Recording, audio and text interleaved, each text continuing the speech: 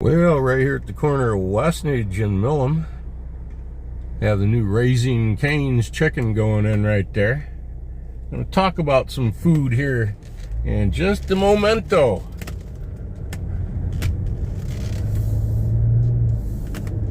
Talk about steakhouse. Yeah, man. Have a couple of steak homes here on Westnedge Street. Had the Outback. Had the we have the Texas Roadhouse and others. Used to be a heck of a steakhouse right here. It started out as Mr. Steak, and then it was bought by Finley's out of Findlay, Ohio, and it was fantastic. They closed some years ago. It was raised and a jewelry store built. Here on the right is a new Chase Bank going in, right next to Fifth Third.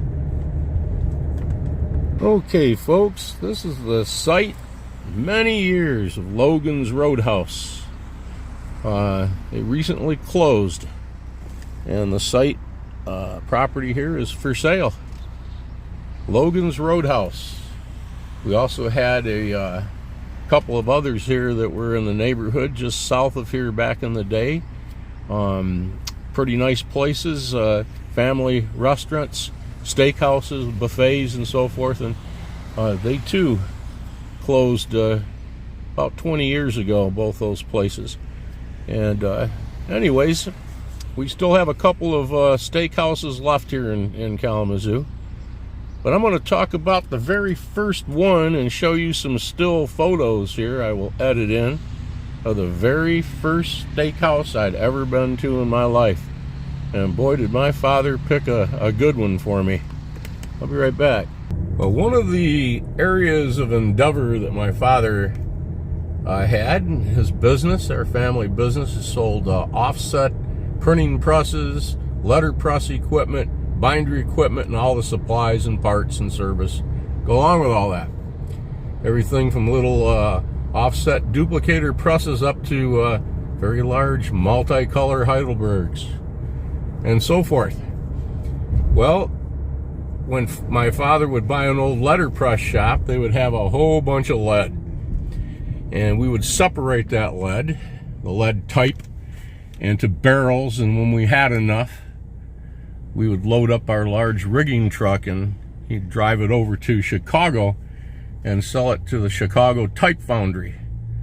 And a man by the name of Mr. Dick Landis was the owner. He was a personal friend of my father's. My father bought all leads and slugs and everything from him from back in the day, selling to letterpress shops, and then the old lead type and dross and so forth back to Mr. Landis on another day. So it was on one of those occasions we had the truck loaded up, probably 25,000 pounds of lead, and my father took me along with him, took his coat and tie off for the day, and drove the lead truck over to Chicago. I was about 6 or 7 years old. Yep, we made that trip. I'll be right back. And I can go on in my story here at this old steakhouse. This was built back in the day, the late 60s, as a bonanza. Hoss Cartwright, Dan Blocker's place.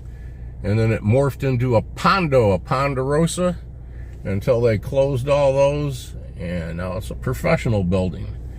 But where Dad took me on that particular day over there selling lead in Chicago, he and Mr. Landis, was no Pondo.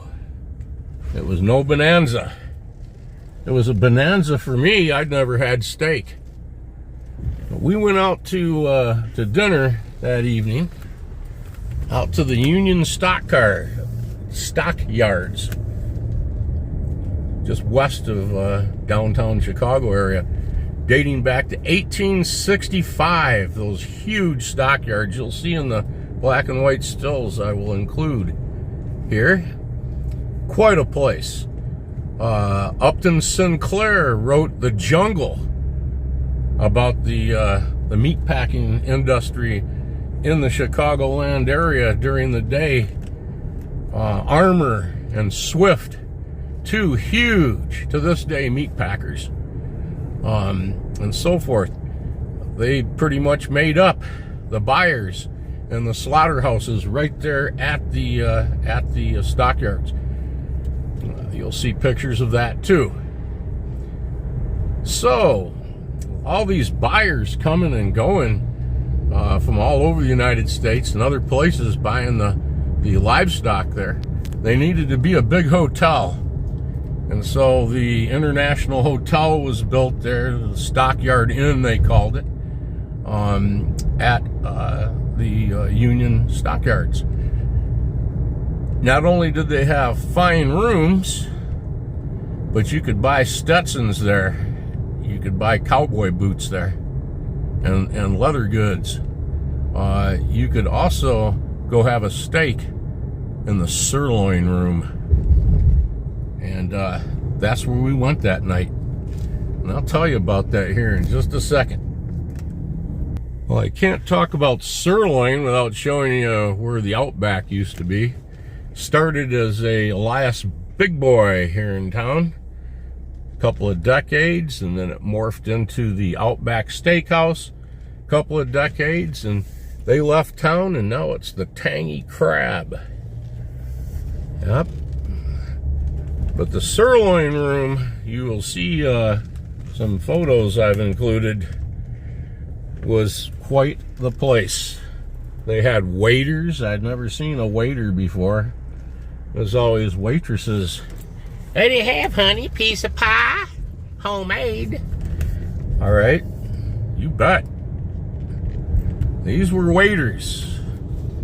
And there was more than one of them per table. That was interesting. So we were seated, and then after doing the initial orders, the waiter comes and takes you up to a location in the dining room that was a wall of ice, if you will, and on that ice were these beautiful steaks in steel plates, and you could pick out your steak, the one that you wanted. And then in front was a fire kettle.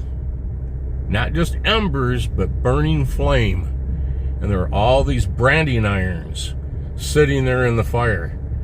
And you get to brand your steak. If you want it medium well, pick out the one with the MW on it. You want it rare, pick out the one with the R. And you get to brand your steak. And then the waiter takes your steak into the kitchen area where it is prepared over open fire. And I'm telling you what, I had never had steak before, but I remember my father telling the waiter to get, I wanted a butt steak. And so I had a butt steak. I believe that would have been a filet mignon. It kind of looked like it. I'd only had a couple of those in my life, and they were there at the sirloin room in Chicago, and I had butt steaks both times. I never went there as an adult. They'd already closed the stockyards and raised everything.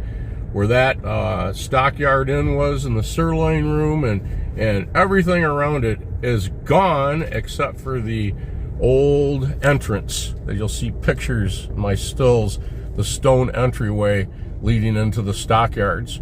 That still exists, but it's all industry out there now. You never recognize it. No stockyards at all. Be right back. All the way from back in those days. I can testify that I never have ordered knowingly a filet mignon. When I look at the size, 6 ounce, 8 ounce, $30, $40.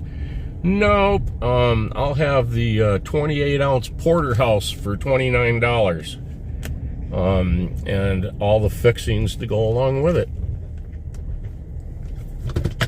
That's for sure. What kind of steaks do y'all like? Leave a little message. Corner of Kilgore Road in Schuyler.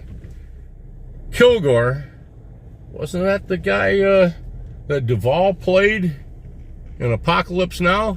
They cooked some steak on that show, on that movie. Can you smell that? That smell, that gasoline smell. It smells like porterhouse steaks, overly saturated with lighter fluid. Don't any of you people know how to cook over charcoal? One of these days, this cooking's gonna end. How about General Lee on the 3rd of July coming up, 1863, as he spoke to George Edward Pickett. General, bring up your corps. General Pickett back to Robert E. Lee. General Lee, I have no corps. Unquote. That was at the end of the assault on the Angle. Third day, known as Pickett's Charge. Yep. George Pickett's, his boys were wiped out. Yeah, I'll leave you today thinking about this time back the 30th of June of 1863. Well, General John Buford, what he was thinking right now, he was outside of Gettysburg. I don't think he'd heard of Gettysburg. He was going to be there shortly today, this afternoon. General Buford, he actually saved the battle on the first day for selecting the high ground along the Chambersburg Pike there. Been there many times. Check it out. And that all started tomorrow morning, 1863. Ended with Pickett's Charge on the 3rd, 1863, and the thunderstorms coming in that evening, and the skedaddling of Robert E. Lee under the guise of darkness and the thunderstorm, and they got out of there. They'd been whipped. Of course, the second day was saved by Joshua Lawrence Chamberlain at Little Round Top, and the third day was saved by George Armstrong Custer on the Hanover Cavalry Battlefield, just east of Gettysburg. If Buford hadn't selected the high ground, Chamberlain didn't protect the flank, or if Custer hadn't thwarted Jeb Stuart's cavalry from attacking the Union center during Pickett's charge, Lincoln would have been hung in less than a month.